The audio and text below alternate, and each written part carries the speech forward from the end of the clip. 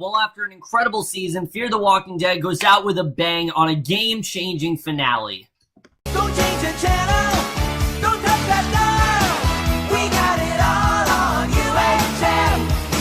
Take off your sneakers.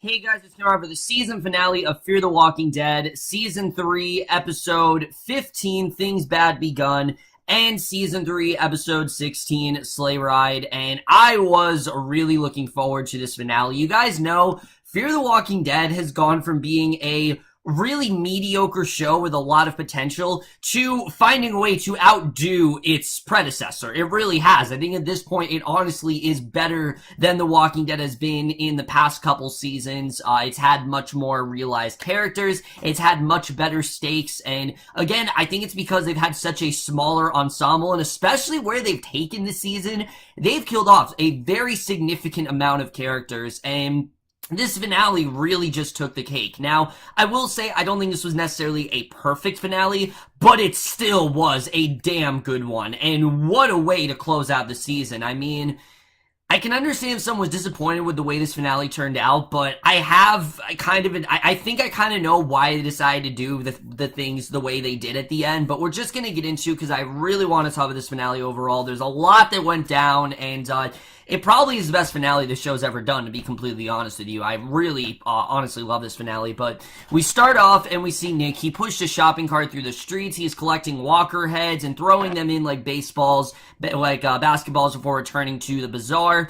And once inside, the butcher slices the faces off the walkers and evaluates their brains, and the butcher tells him that the longer he waits, the greater the risk of infection. So Nick questions why anyone would take such a risk, and the man tells him that these stems provide a high worth dying for. So Nick will continue harvesting if this man actually keeps paying him. So he's just trying to extract all the walkers possible, making sure that, no one turns, and I did think that was very interesting. Again, it does show how knowledge Nick's character really is, and how he does actually have a good idea of what he's doing here. So outside, a militia is forming as Troy looks on, and they're loading trucks and boats with weapons. Troy approaches one man and speaks to him in Spanish, and inside the bazaar, Nick drinks at a bar as Troy approaches him. Troy tells him that the fun's over, and tells him before yanking him away that the Proctors, they have big plans. They're planning to attack the dam,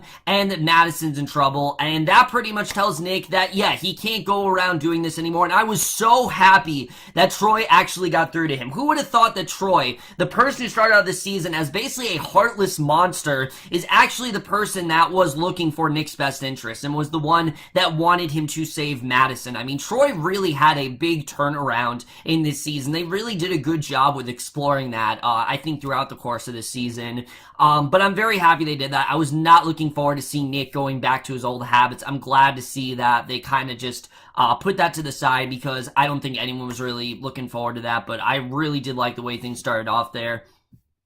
So at the dam, Strand and Madison observe the water together. Strand encourages Madison to be more optimistic and envision the land that this can become. Now, we know that Strand clearly made some sort of deal with the Proctors. We're unsure of what it is right now, but we know there's something brewing. So she wants grandkids to spoil and Christmas morning surrounded by babies, and the whole Christmas morning thing, we're going to come back to that once we get to the second half of this finale. But she recalls old holiday memories with her kids and reveals that she thought she would have that at the ranch, and she really thought that this would be that safe haven for them. And sure, I mean, on The Walking Dead, they kind of thought the same thing, but she really thought, after all the bullshit they went through and the fact that the family was finally back together, that this was going to be a permanent space for them, and that they were actually going to be able to have something of a safe haven, and that was actually going to somewhat, supply them with all the resources they need. And unfortunately, it just didn't work out. And Strand says that they can have that here. They'll build such a paradise here that her kids will want to come home. He hands over a bottle of whiskey to raise her spirits, and he's certain that they're gonna have that at the dam. Now, that's really my main complaint of this episode, is that that they're not going to last at the dam. Immediately, because of what Troy said, there's no way they're going to last there. There's no way this is actually going to work for them, and that they're saying the dam is pretty much numbered. So meanwhile, Alycia and her unnamed friend ride down the street together, and her friend wasn't as annoying this episode, but that's because we didn't really see a lot of her in this episode. So her friend wants her hair, but Alycia won't sell it, and suddenly they're slammed into an intersection. Her head then slams into the window. Her friend jumps out, starts attacking the man, and Alycia gets into a fight. She takes out one man before fighting another for her rifle. She shoots her rifle into the air, orders the men to run, and again, it just goes to show how much of a badass Alicia's really become. But her friend orders her to shoot them, and again, her friend is someone who's gone by on her own, but Alycia clearly has her own ways of doing things. So Daniel's then approached by Walker, and he's presented with this cross pendant necklace, and he has questions about Ophelia's death, because he's very in the dark of what really went down, how exactly she was killed, and Walker asks himself the same question, and he says that he doesn't know the answers because he wasn't there, and that is true. Walker was not really with Ophelia when she actually was shot, so he has no idea, when she was actually bitten, so he has no idea how any of it transpired. So you see Daniel, and Daniel's a character that has not necessarily been underused, but he's been in the background throughout a lot of this season. But when he's been in the season, he's been incredible. And this is really Daniel going back into full form in this finale. And I really love seeing that. So at the dam, Madison continues to put the whiskey away with Strand. They engage in some philosophical conversation. They wonder how long until everything is forgotten. And he tells her that they're going to write new stories. And she orders him to reveal whatever he's hiding. And she asks him a question that was really interesting, because he asks if she's killed anyone, and she has, claiming she had to, and he tells her that he hasn't murdered, and he suspects he will eventually have to. So I'm assuming we're gonna see that at one point. Hold up, now I'm pretty sure, wasn't he the one that had to kill his ex-lover, if I remember? Didn't he have to kill him because he was afraid that he was gonna turn? I could be wrong, but I'm pretty sure last season he had to kill Thomas, right? I'm not crazy there. That's what happened. Let me know if I'm wrong about that, but I'm pretty sure that he actually had to put Thomas down. But she tells him it gets easier every time as Daniel arrives to tell her that Nick has arrived at the dam, and Troy and Nick are quick to reveal to Lola and the others that the Proctors are going to attack the dam. And Lola, again, she's really been kind of a non-entity this season. Like, she's been built as a main character, but she hasn't really had anything of substance really to do. This episode kind of makes up for that, but it kind of doesn't. But I still really like that we did get some more with her here. Daniel reveals that there are 3 entryways. They come up with a plan to defend the dam, which calls for C4 and teamwork. So later, Madison points her anger at Nick for using drugs again, and Nick, however, is urging her to abandon the dam before the Proctors come. And I love that he's telling her, look, you can't focus on this right now. We have other concerns, and me, taking the drugs is the least of your worries. And I was really glad with that, because I was not looking forward to seeing another whole Madison being concerned and Nick just telling her, you can't be concerned, because in season 1, it just felt like a drug PCA. It really did. I'm glad that the show has very much abandoned that. So inside, Madison finds Mad Dog and Walker packing. They're going to head north, unwilling to die at the dam, and he tells her that it's been good walking with her. So they shake hands and exiting. And at the bazaar, Alycia gets her friend's leg treated. It's now wrapped in a cast, and this man lost his medical license in the 90s after a misunderstanding with a lady patient, and will be careful with this lady friend following Alicia's warning about her skills with a pickaxe, and he asks for help with the surgery. So at the dam, Strand orders Nick to take his mother and leave. He's going to stay behind because he has obligations here, and again, I think that just goes back to the deal that he made with the Proctors. There's definitely something developing there. So Nick calls him out for sweating.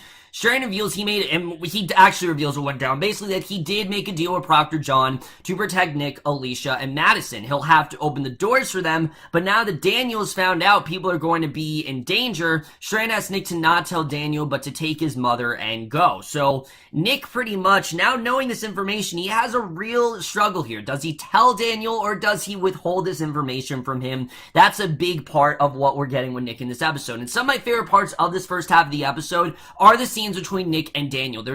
They're wrought with so much interrogation and so much determination. Daniel is so set on finding out, what is the cause of Ophelia's death? What could have, possibly gotten her to be bitten? Who wasn't protecting her? What really happened there? So Nick approaches Daniel. Daniel asks him to sit for a moment, and he asks him, that since he was with her when she was bitten, and Nick tells him that he wasn't, and he asks if everyone was trapped in a bunker. Nick reveals that he was outside and he saw the horde coming, and Daniel asks how he could have missed it. And Nick says that Troy saw the horde first and tried to warn everyone, and Ophelia was in the bunker with Alycia. She saved Alicia's life, but obviously Daniel calls bullshit because he doesn't believe that's true at all. We know Daniel, he spots liars very well, and he knows very well that Nick is not telling the truth. So Daniel asks Nick if he's familiar with his background. He places a chair on the ground, hopes this will go easier, having conversation and not an interrogation. And Nick asks torture is what Ophelia would want. And Daniel says that she wouldn't, but she's dead. And he tells him something I thought was really interesting. He tells him that people don't change. They only just walk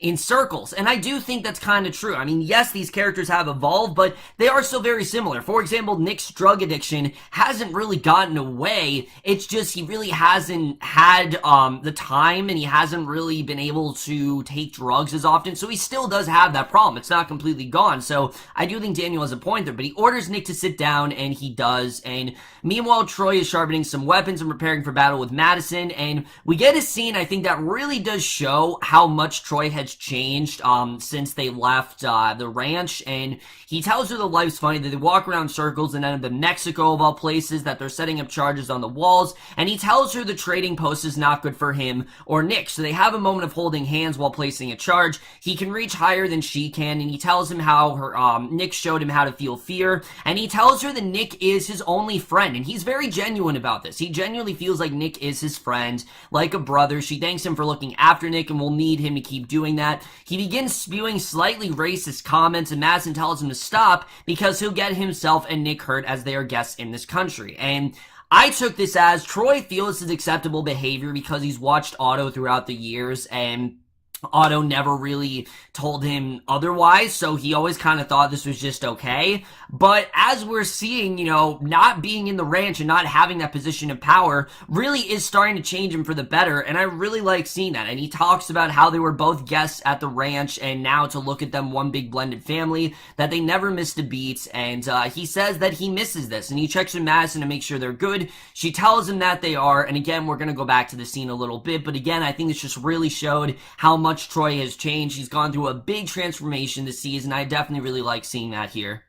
So back in the garage, Daniel is thoroughly questioning Nick, who's covering for Troy, and Daniel believes that Nick did not kill Ophelia, but insists that someone did in fact lead the horde to the ranch. He knows very well that, yeah, someone was responsible. This was not just, that the walkers were there. Someone had to have triggered them, and Daniel says to not force him, so he takes his coat off, and back where Alicia's hanging out, she meets a man in a wheelchair, and the doctor tells the man this is his new assistant. She's questioned on where she is from, and if she knows who this man is, and he's the leader of the Proctors, and he had high hopes for this group when founding it, including a trade route connecting the refineries in Houston to the farmlands in Houston, and he tells her Texas has its own electrical grid. He will have the surgery to try to fix a condition which has been weighing on his ability to work, and she tells him that she has no experience whatsoever, and he insists her only job is to assist. If the surgery is a success, she can come with them to Texas and beyond, and if it fails, his brothers will execute everyone in the room. So again, she really gets the opportunity to do what she wanted, which is go on her own, and we really do see that here. So back in the garage, Daniel then claims either Nick, Troy, or Jake had to lead the herd to the ranch. And Nick at first says that it was Jake, but Daniel insists that it was Troy. And here's where we get to my minor sort of nitpick here. Daniel doesn't really have that much of a connection with Troy. He never really interacted with him before, minus, to my knowledge, these two never shared a scene together.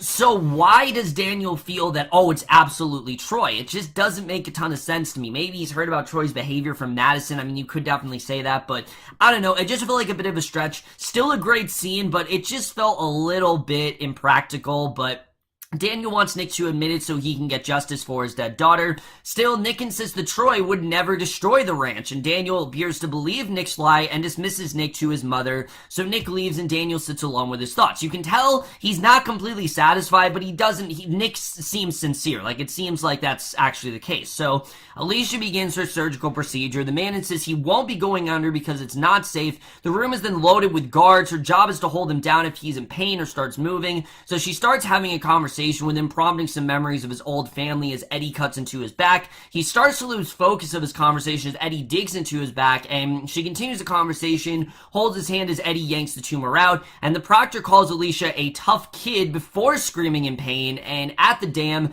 Daniel then talks with Strand. He's unhappy about how the water is pumping out of the dam, and Strand insists that Lola has it taken care of, that he has nothing to worry about. So Daniel and Madison have wrapped up their planting of C4. Nick finds them and insists they leave now for several reasons, including Daniel wanting to kill Troy. He knows that he wants to enact revenge, and he's very adamant about that. So Troy reveals to Madison that he led the herd to the ranch, and Madison's furious, and they compete with who took more from the other. Who could have that been? And Troy insists, though, that he had the right to do that. And Madison then realizes, holy shit, that he's actually the main reason why this happened, that he's the one that led the horde. And she does something that she's had the opportunity to do for a while. She finally realizes this is her chance to do it. She bashes Troy's skull with a hammer twice, sending him falling down a hill. And Nick is shocked and walks out, and Madison's close behind him. And for me, I understand why the show chose to go in this direction. I mean, Troy in general, you knew Madison was going to be the one to kill him. You knew eventually it was only going to be a matter of time. And even though Troy has changed,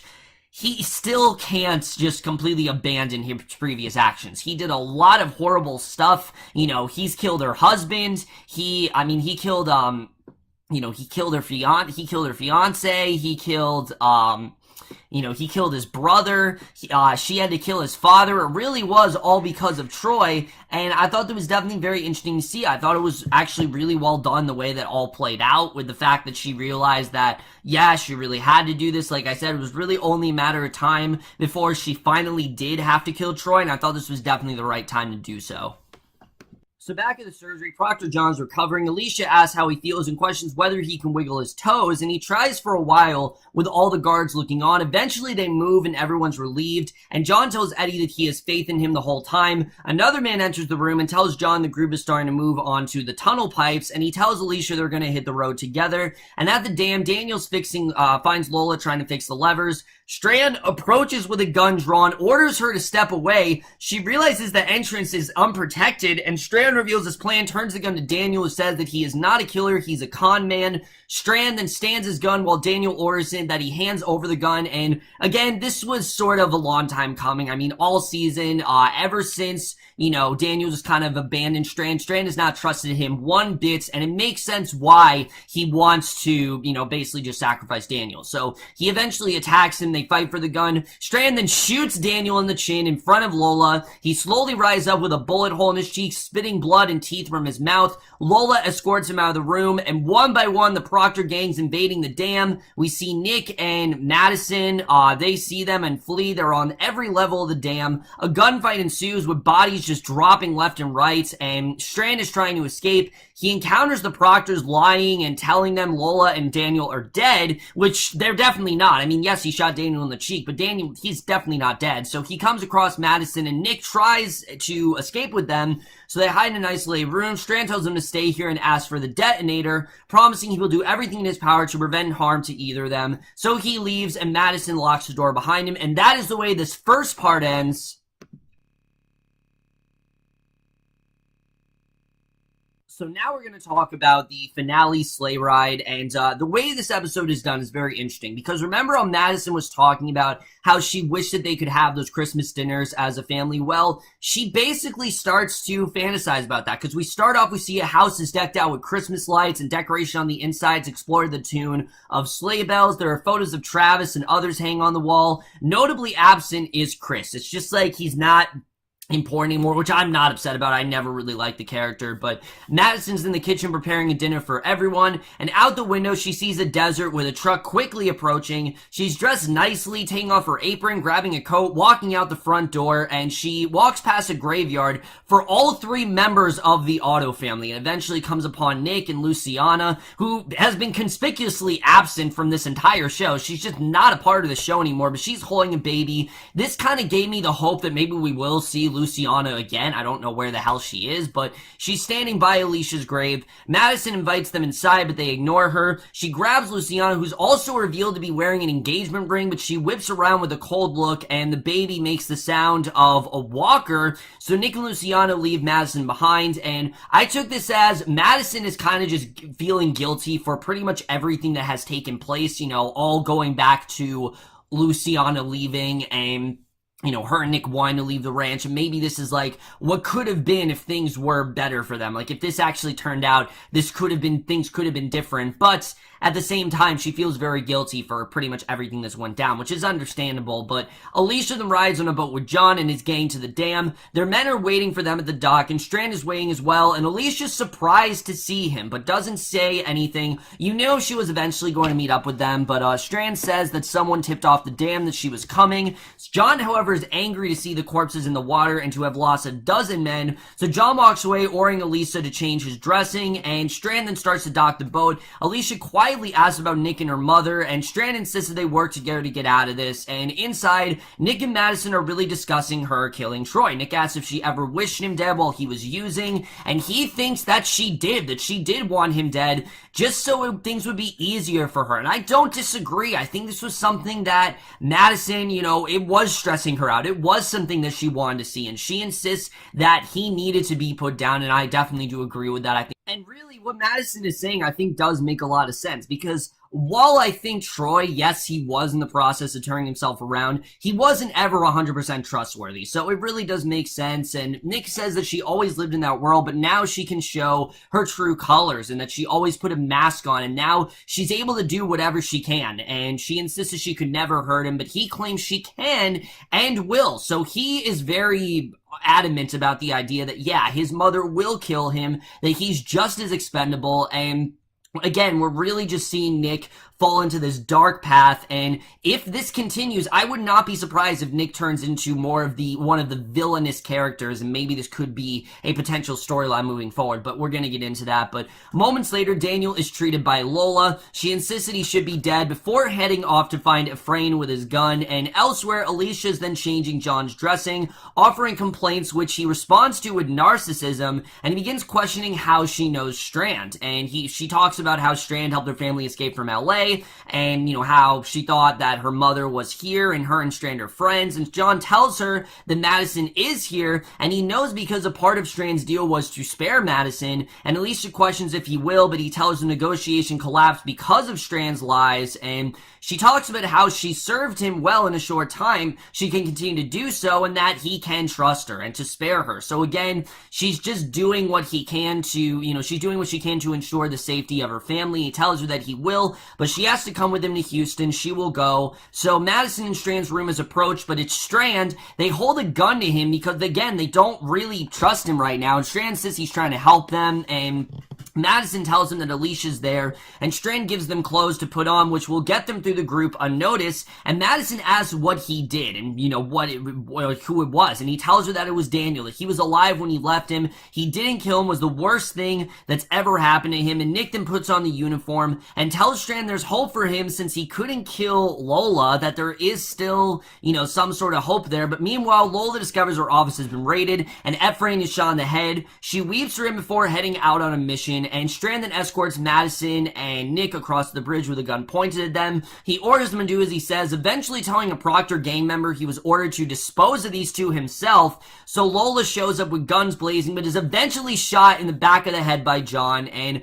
I was really unsatisfied by this. Again, Lola just never really served much of a purpose to the story. I don't know why she was a main character. She didn't have really that much of a story other than she was the one that saved Daniel, and that these two came to a mutual understanding in that way. But they never really utilized her that well. I think they could have done so much more with her as an actress, and as good as the season has been, characters like Lola I do think have been very underused. So Strand is terrified to see him because he really thought that he was safe here, that he could safely get the family out. So Daniel awakens in the depths of the dam, so you know that Daniel most likely is alive, and moments later John has brought Strand, Madison, and Nick into an office. He pistol whips Strand. Alycia tries to calm but is ordered to be silent. Strand doubles down on Daniel despite being dead, despite Daniel discovering Lola having been alive, and Madison then vouches for him and introduces herself. John orders Alycia to her mother. John turns his attention to Nick, and he asks where Troy is, and Nick just tells John that he's dead, that Madison killed him,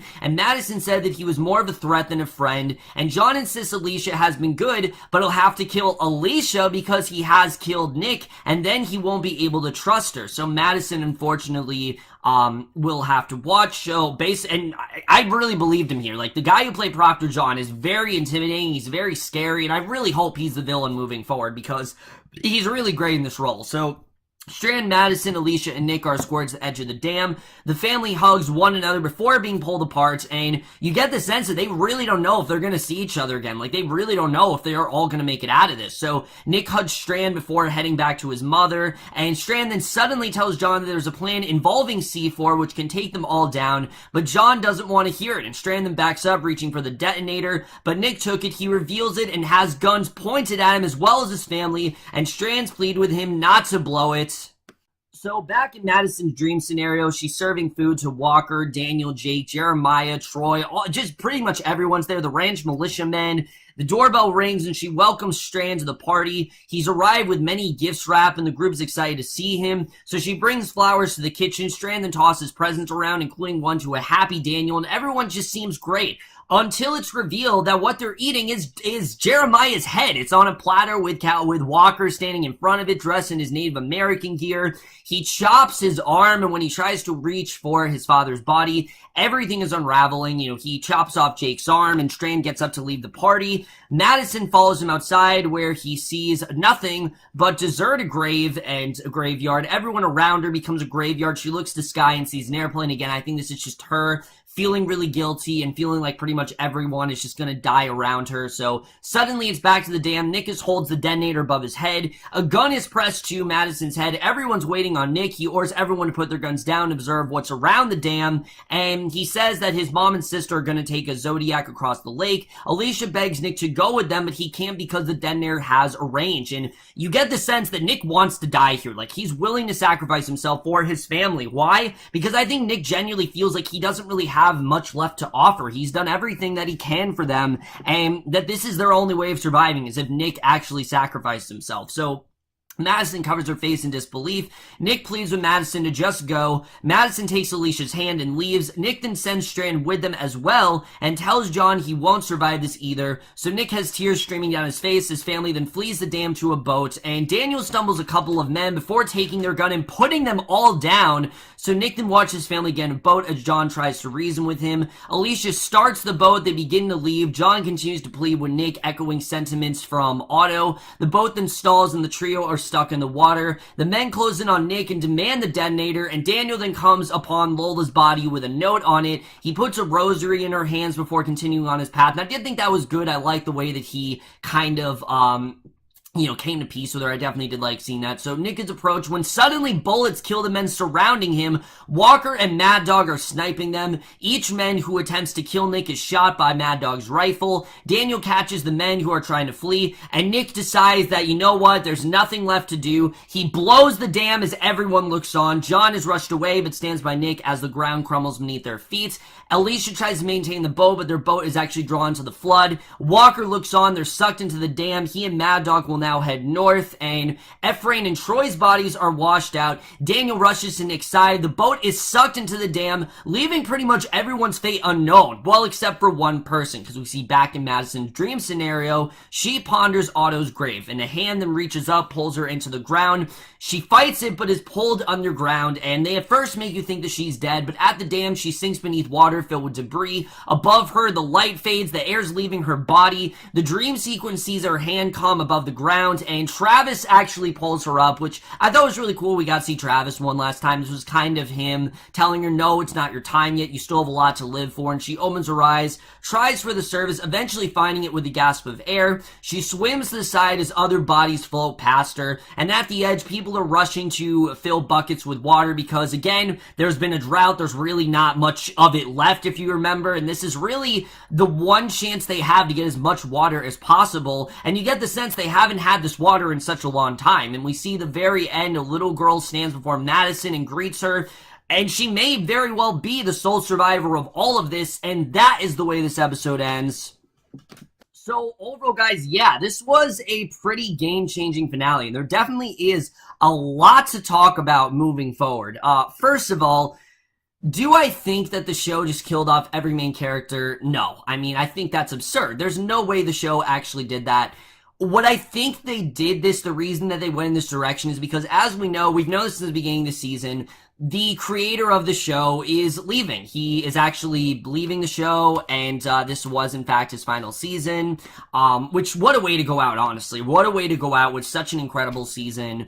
But like I said, like, he is, in fact, leaving the show, and I thought it made sense. You know, Dave Erickson, he's done this show for a while now. He's unfortunately leaving it, and I'm hoping he's leaving it in good hands, but it made sense to pretty much just, destroy everything and get like a fresh new start, because I think that's what the next season is essentially going to be. It's going to be everyone getting a fresh new start, which I'm pretty sure there's going to be another season. They've already announced there's going to be a crossover, so there's probably going to be another season, even though they're not confirmed yet.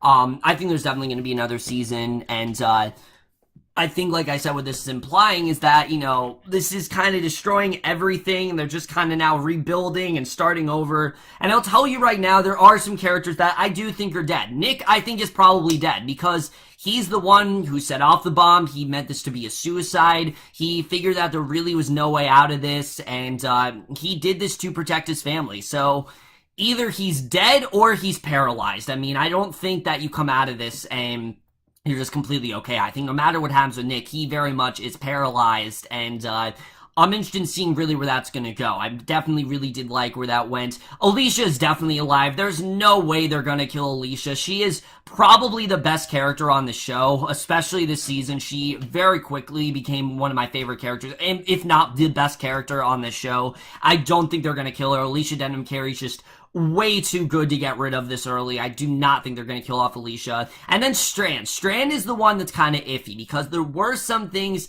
that pointed to, oh, Strand may be dead, but then there were things that pointed to maybe he is alive. If Alicia's alive, then I think Strand's alive as well, but again, we'll just have to see. We know Walker's alive. We know all of those men are alive as well as Madison, so I don't really know where that's all going to go. I think that definitely is going to be very interesting as to where that takes us. And then Daniel.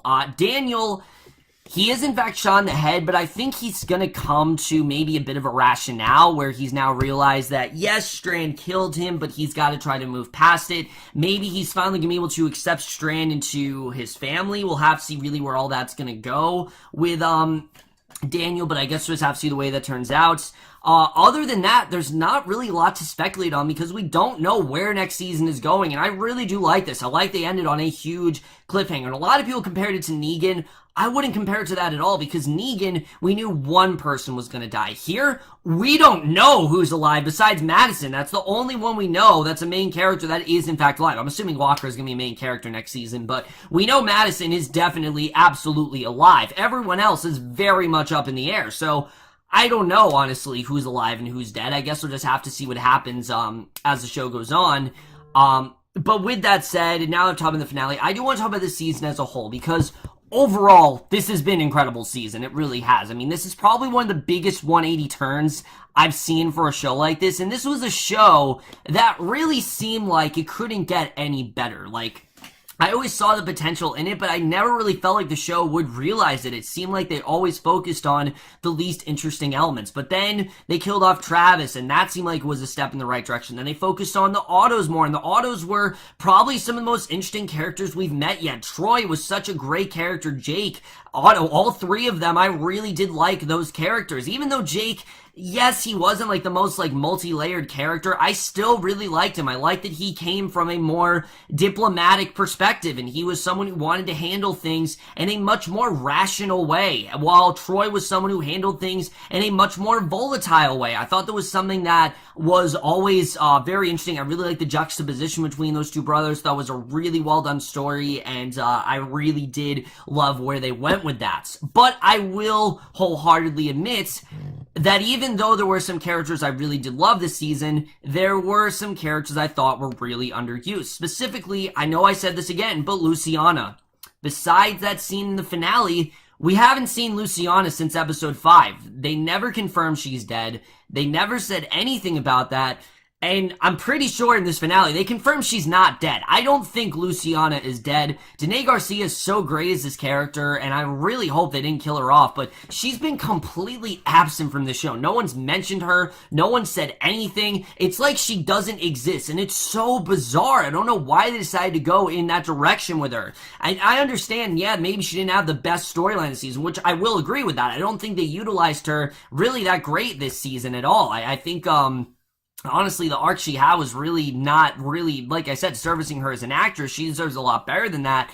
But I really want to see more from Luciana, and I want to see her have like an Ophelia-esque arc where like we see her on her own and then she eventually comes back with the group, but we really did not get to see that here, and it really did kind of disappoint me, as well as Lola. Lola's a character. Why was Lola a main character, honestly? Just like Alex last season, why was Lola a main character? There was no reason for her to be one. She did next to nothing in this show, and it seems like every season they have one. Season 1, it was Ophelia. Ophelia really did not have a lot to do in season 1. She didn't really have a lot to do in the show in general, really until this season. Season 2, it was Alex. I don't know why they ever made her a main character. There was no reason for her to be there. And season 3, it was Lola. And I don't know why the show keeps doing this, but there was no reason to make Lola a main character because she was honestly not even much of one. She was just there to help Daniel, and that was it. I really didn't feel that much for her character, and it's disappointing because I feel the actress could have done a lot with her. I saw a lot of potential in her, but they really didn't do much with Lola, and that did disappoint me. However, I can overlook it because everything else in the season was so great. I mean, they gave so much more for these characters to do. And I think the season can confirm that Madison is definitely the weakest link, but that does not mean Kim Dickens is bad in the role. She is good in the role. It's just compared to Alycia and Strand and Ophelia and Troy and Nick. I mean, these are such well-done characters, and they really played to their strengths this season, especially when it came, like I said, to the Brokejaw Ranch episodes where it was just them, like, tending the ranch and trying to keep things in order. I mean, that stuff was just so riveting and so well done, and so much of this season focused on who can we trust, and can we trust the enemy? Is it possible that the enemy could also be our friend? That really is what a lot of the season focused on. I thought there was definitely a really great moral conflict to have throughout the season. The stakes were higher. I really did feel for most of the characters, and they really did a great job with that. And the fact that they did kill off so many characters is really, really ballsy. And The Walking Dead never does that anymore. It seems like they spare everyone on that show. And the fact that Fear is taking this many risks in its 3rd season is really impressive. Already this early on, they've killed off so many characters. I mean, Travis is gone. Ophelia's gone. All of the Autos are dead. I mean, Lola's gone. It's you know, there might be more characters that are gone that we don't even know about. It's just crazy how many characters they were able to kill off, and I did think most of the deaths were really satisfying. Ophelia's death I thought was really well executed. Travis's death was good. Even Troy's death, yes, maybe it was abrupt, but I feel like it was only a matter of time before Madison had to make that decision, and she realized that it was her, or, you know, he might end up not being on their side, and maybe he might not get them out of the situation. He had to die in that regard, and her realizing that he was the one that led the herd into the ranch, and almost basically killed her entire family, and is the reason she had to save all of them. Again, that really was the ultimate choice, and that was kind of, that just kind of sealed the deal that, yes, she did have to take him out, and I thought all that was very well executed. Overall, guys, this was a fantastic season overall. I am so happy with what the show has really evolved itself into. I always knew the show would find itself, but I never thought the show would find itself this early on. I'm very happy to see the show has turned into something truly great. So now I'm going to rate both the season and the finale as a whole. So the season finale, I would give an A-, and the season as a whole, I would also give an A-. And with that, guys, that's it. Fear the Walking Dead Season 3 is now over. I can't believe it. The season has really flown by. To be honest, I'm not really looking forward to The Walking Dead, mainly just because of how great this show was. I don't know if The Walking Dead's really going to hold up. And I'm not really happy that they're doing a crossover. I feel like these shows should stand out on their own, especially this season. Fear is just a completely different show than The Walking Dead at this point, and I don't know why they're crossing these two shows over, because they're really not that similar. I know they take place in the same universe or whatever, but they're really not that similar at all. But that's my review. Hope you enjoyed. We'll see you guys in my next video. Let me know what you guys thought of the season overall. Love your thoughts on it. We'll see you guys in the next video, and I will see you guys for that. Okay, bye.